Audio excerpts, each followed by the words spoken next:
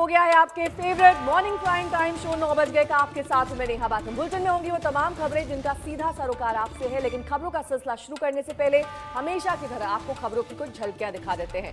Corona काल में संसद का आज पहला सत्र शुरू हो चुका है। प्रधानमंत्री ने संबोधन किया है और अब संसद का ये सत्र शुरू हो गया है। मुंबई से मनाली पहुंच गई हैं कंगना। अब आगे क्या वो करेंगी, इस पर हमारी नजर रहेगी। साथ ही हम आपको दिखाएंगे एसएफएफ जवानों के गांव से एक्सक्लूसिव रिपोर्टिंग। और ठीक आधे घंटे बाद यानी कि सुबह 9:30 बजे 100 शहर 100 खबर।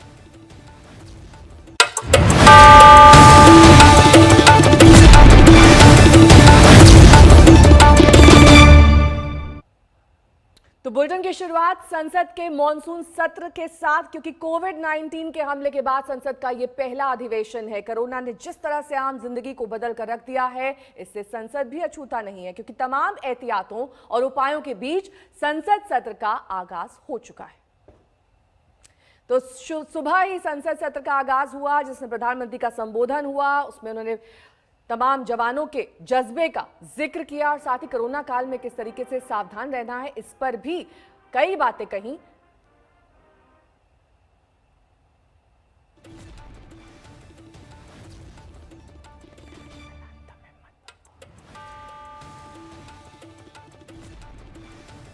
कोरोना के साए में संसद का ये मॉनसून सत्र, जिसको लेकर प्रधानमंत्री नरेंद्र मोदी ने कहा कि जब तक वैक्सीन नहीं आ जाती है तब तक तमाम सावधानियां बरतनी होगी। सोशल डिस्टेंसिंग हो, मास्क पहनना हो, ये सभी चीजें हम पिछले 6 महीने से करते आए हैं और आगे भी हमें ये जारी रखना होगा। लेकिन कोरोना के चलते शनिवार और रविवार को भी सत्र चलेगा। इसके साथ ही कई अहम फैसले इस सत्र में लिए जाएंगे। आपको बता दें, कई ऐसे बिल हैं जो पेंडिंग हैं, जिन्हें पारित किया जाना है और कई विषयों पर गहन चर्चा इस मॉनसून सत्र में हो सकती है। लेकिन आप देख सकते हैं, स्पीकर ओम बिरला मास्क के साथ, तमाम सांसद मास्क के साथ, और ये कोरोना काल का पहला सत्र है संसद का, जिसे लेकर तमाम एहतियात और तैयारियां बरती गई। विशेष वातावरण में ये संसद सत्र का आगाज हो रहा है। प्रधानमंत्री नरेंद्र मोदी ने इस बात का जिक्र अपने संबोधन में किया और कहा कि कर्तव्य का पालन करना जरूरी है। देश के वीर जवान सीमा पर डटे हुए हैं, लेकिन यहां पर हमें अपनी कार्रवाई जारी रखनी है। भारत रत्न श्री प्रणब मुखर्जी के दुखद निधन के बारे में सूचित करना है। भारत रत्न श्री प्रणब मुखर्जी ने, जिन्हें हम आदर से प्रणब दाबी के नाम से संबोधित करते हैं, देश में वर्तमान युग के महानतम राजनेताओं में से एक थे। मात्र 24 वर्ष की अवस्था में उच्च सदन के सदस्य बने पूर्व राष्ट्रपति भारत रत्न प्रणब मुखर्जी सच्चे अर्थों में लोकतंत्र की मूल भावना के उपासक थे। वे एक प्रभावी वक्ता, कुशल प्रशासक और सफल राजनेता थे। संसदीय परंपराओं और इतिहास के संबंध में उनका ज्ञान और अनुभव अद्वितीय था। विभिन्न पदों पर रहते हुए राष्ट्र सेवा का उनका 5 दशकों से भी अधिक का अनुभव रहा। वे एक लोकप्रिय नेता थे जो अपनी बुद्धिमत्ता, विद्वता, राजनीतिक कौशल के साथ साथ एक उत्कृष्ट वक्ता के रूप में भी जाने जाते थे। प्रत्येक राजनीतिक दल में उनका सम्मान और आदर था। सदन में होने वाली बहसों को वे बहुत महत्व देते थे। संसद के केंद्रीय कक्ष में अपने विधायी भाषण के दौरान उन्होंने सभी पार्टियों के विशिष्ट वक्ताओं का नाम लेकर कहा था कि उनके भाषणों ने उनके व्यक्तित्व को गढ़ने का काम किया। उनका विचार था कि भारत का संविधान मात्र एक कानूनी दस्तावेज नहीं है, बल्कि देश के सामाजिक आर्थिक परिवर्तन के लिए मैग्ना कार्टा के समान है। अपने लंबे राजनीतिक जीवन में स्वर्गीय प्रणब मुखर्जी ने देश के राजनीतिक घटनाक्रमों का अवलोकन ही नहीं किया, बल्कि उसमें सक्रिय भूमिका भी निभाई। कालांतर में अपने दीर्घ अनुभवों, विशद ज्ञान को उन्होंने पुस्तक के माध्यम से हमारे साथ साझा किया। ये पुस्तकें वर्तमान भारत के राजनीतिक और आर्थिक इतिहास के दस्तावेज हैं। लोकतंत्र, संविधान और राजनीति को लेकर साझा किए गए उनके विचार आने वाले समय में हमें मार्गदर्शन करेंगे। श्री प्रणब मुखर्जी का निधन नई दिल्ली में 31 अगस्त 2020 को 84 वर्ष की आयु में हुआ। माननीय सदस्यगण, मुझे सभा को अपने साथी श्री एच बसंत कुमार और विख्यात गायक पंडित जसराज तथा 13 पूर्व संसद सदस्यों की दुखद मृत्यु के बारे में भी सूचित करना है। श्री एच बसंत कुमार तमिलनाडु के कन्याकुमारी संसदीय क्षेत्र में वर्तमान सदस्य थे। श्री एच बसंत कुमार रसायन उर्वरक संबंधी संसदीय स्थायी समिति के सदस्य, इससे पूर्व वह 2 कार्यकाल के लिए तमिलनाडु विधानसभा के सदस्य भी रहे। श्री एच बसंत कुमार का निधन तमिलनाडु के चेन्नई में 28 अगस्त 2020 को 70 वर्ष की आयु में हुआ।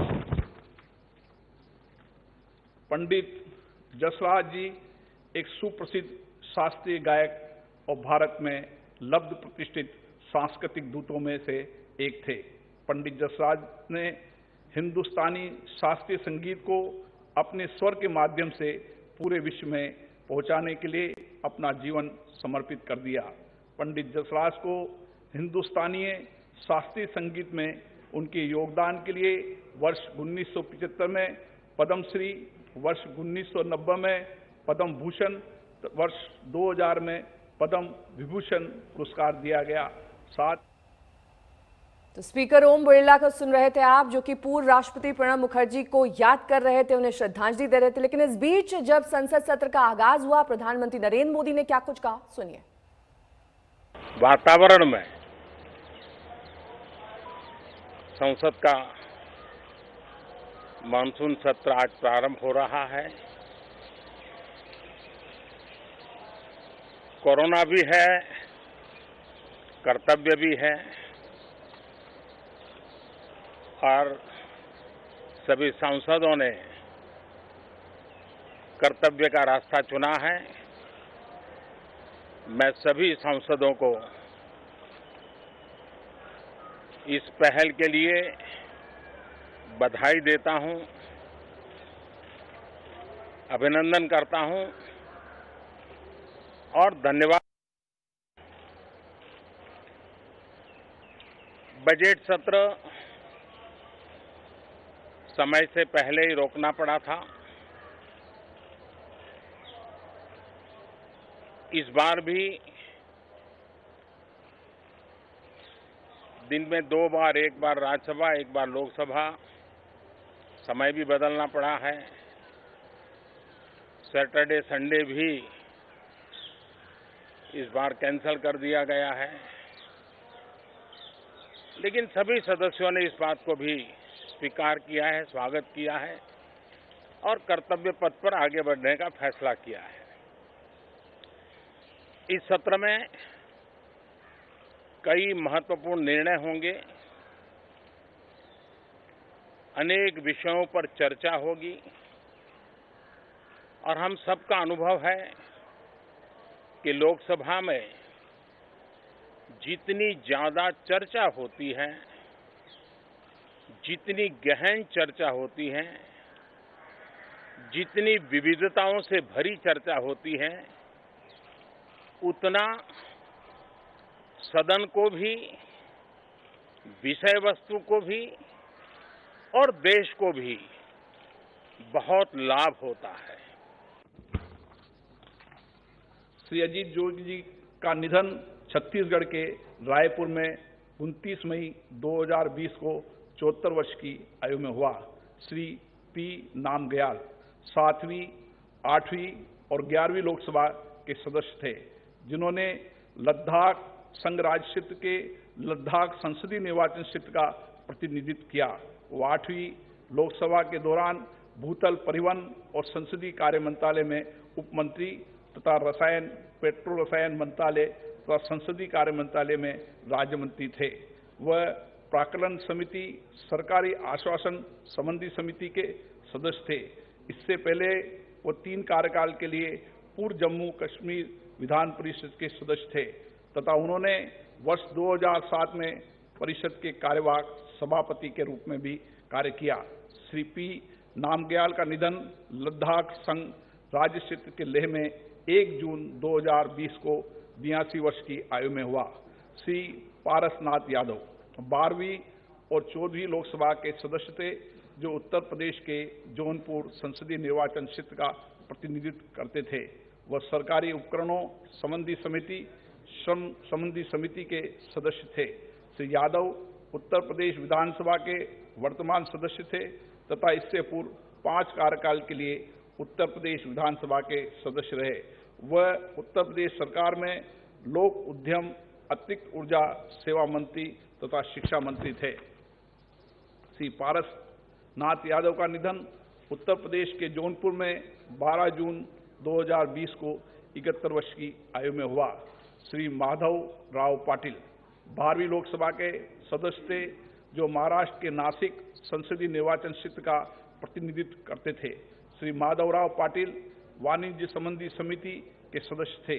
श्री माधवराव पाटिल का निधन महाराष्ट्र के नासिक में 14 जून 2020 को 80 वर्ष की आयु में हुआ। श्री हरिभाव माधव जावले 14वीं और 15वीं लोकसभा के सदस्य थे, जो महाराष्ट्र के जलगांव संसदीय निर्वाचन क्षेत्र का प्रतिनिधित्व करते थे। वह सामाजिक न्याय, अधिकारिता संबंधी समिति, जल संसाधन समिति और रेल संबंधी समिति के सदस्य थे। इससे पूर्व श्री जावले वर्ष 1999 से 2004 तक महाराष्ट्र विधानसभा के सदस्य रहे। श्री हरिभाव माधव जावले का निधन महाराष्ट्र के मुंबई में 16 जून 2020 को 66 वर्ष की आयु में हुआ।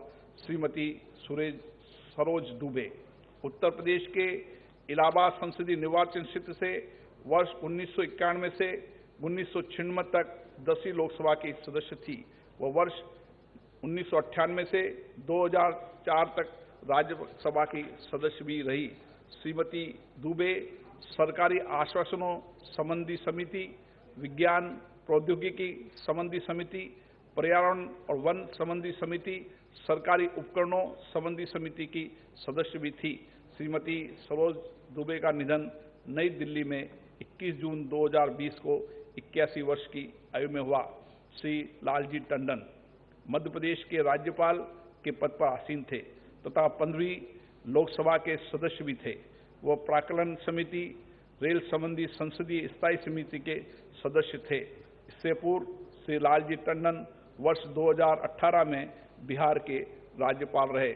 श्री टंडन 2 कार्यकाल के लिए उत्तर प्रदेश विधान परिषद के सदस्य थे तथा 3 कार्यकाल के लिए उत्तर प्रदेश विधानसभा के सदस्य थे। श्री लालजी टंडन वर्ष 1997 संसद सत्र के आगाज से पहले प्रधानमंत्री नरेंद्र मोदी ने कोरोना को लेकर और साथ ही चीन पर जिस तरीके का विवाद है उसे लेकर क्या कुछ कहा, सुनिए।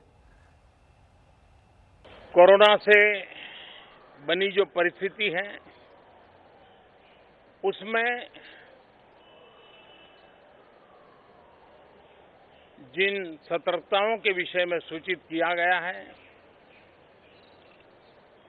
उन सतर्कताओं का पालन हम सबको करना ही करना है। और ये भी साफ है, जब तक दवाई नहीं तब तक कोई ढिलाई नहीं। हम चाहें कि बहुत ही जल्द से जल्द दुनिया के किसी भी कोने से वैक्सीन उपलब्ध हो, हमारे वैज्ञानिक जल्द से जल्द सफल हो और दुनिया में हर किसी को इस संकट में से बाहर निकालने में हम कामयाब हो। हमारी सेना के वीर जवान सीमा पर डटे हुए हैं, बड़ी हिम्मत के साथ, जज्बे के साथ, बुलंद हौसलों के साथ दुर्गम पहाड़ियों में डटे हुए हैं और कुछ समय के बाद बर्फ वर्षा भी शुरू होगी। जिस विश्वास के साथ वो खड़े हैं, मातृभूमि की रक्षा के लिए डटे हुए हैं, ये सदन भी, सदन के सभी सदस्य एक स्वर से, एक भाव से, एक भावना से, एक संकल्प से वो संदेश देंगे, सेना के जवानों के पीछे देश खड़ा है, संसद और सांसद सदस्यों के माध्यम से खड़ा है, पूरा सदन एक स्वर से देश के वीर जवानों के पीछे खड़ा है। ये बहुत ही मजबूत संदेश भी ये सदन देगा, सभी माननीय सदस्य देंगे, ऐसा मेरा पूरा विश्वास है। संजय शर्मा हमारे संवाददाता इस वक्त तमाम जानकारी के साथ हमारे साथ जुड़ रहे हैं। संजय, इस बार के संसद सत्र में और आम तौर पर कोरोना काल से पहले जिस तरीके से संसद सत्र होता था, क्या कुछ बदलाव किए गए हैं कोरोना के मद्देनजर? पहली बार ऐसा होगा कि दोनों सदनों के सदस्य दोनों सदनों में बैठेंगे। वैसे तो दोनों सदनों के सदस्य दोनों सदनों में बैठते थे, लेकिन अब एक दूसरे के सदन में बैठने की इजाजत होगी, क्योंकि सोशल डिस्टेंसिंग है, फिजिकल डिस्टेंस मेंटेन करना है।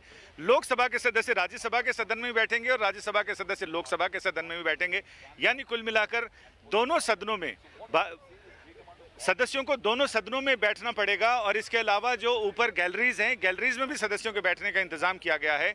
तो ये सारी चीज़ें, फेस शील्ड लगाकर जाना पड़ेगा, मास्क लगाकर जाना है, लेकिन मास्क का अच्छा इस्तेमाल सदस्यों ने किया है, उस पर नारे लिखकर लाते हैं। यानी बाकी टाइम पिछले सदन के सत्र तक जैसे नारेबाजी में और इन सारी चीज़ों में समय बर्बाद होता था, अब लेकिन बहुत सारे सदस्यों ने नारे लिखकर जो मास्क लेकर आते हैं, तो उसमें एक तो अपना बचाव भी है और दूसरा सरकार पर आक्रमण भी करना है या सरकार को अपनी बात बतानी है, तो उसके लिए वो मास्क पर नारे लिखकर ला रहे हैं। तो एक नई परंपरा, नई परिपाटी शुरू हो रही है। ऐसे में दो पालियों में पहली बार ऐसा हो रहा है कि दो पालियों में दोनों सदन बैठक करेंगे। यानी आज चूंकि पहला दिन है, इसलिए लोकसभा पहली पाली में बैठ रही है, लेकिन कल से राज्यसभा पहली पाली में बैठेगी और लोकसभा दूसरी पाली में बैठेगी। राज्यसभा में आज जो दूसरी पाली में पहली बैठक होगी, उसमें तो उपसभापति के चुनाव को लेकर गहमा गहमी है और ऐसे में उम्मीद की जा रही है कि लोकसभा में आज से विधायी कार्य शुरू हो जाएगा, लेकिन बाकी दोनों सदनों में विधायी कार्य संजय, ऐसे बहुत सारे मुद्दे हैं जिनसे इस वक्त विपक्ष घेरना चाहता है सरकार को, लेकिन सबसे अहम मुद्दा एलएसी को लेकर लग रहा है, क्योंकि स्थगन प्रस्ताव आगे बढ़ा दिया है कांग्रेस ने। ऐसा लगता है कि एलएसी को लेकर अब सरकार को घेरने की तैयारी है इस बार के सत्र में।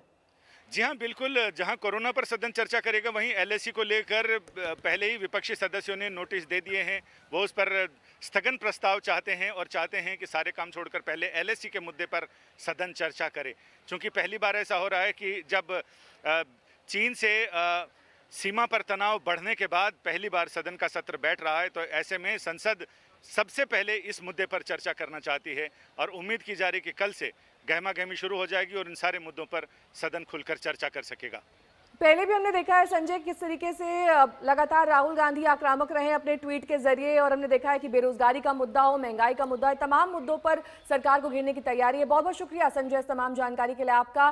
तो प्रधानमंत्री नरेंद्र मोदी की तस्वीर हम आपको दिखा रहे हैं संसद सत्र के आगाज से पहले।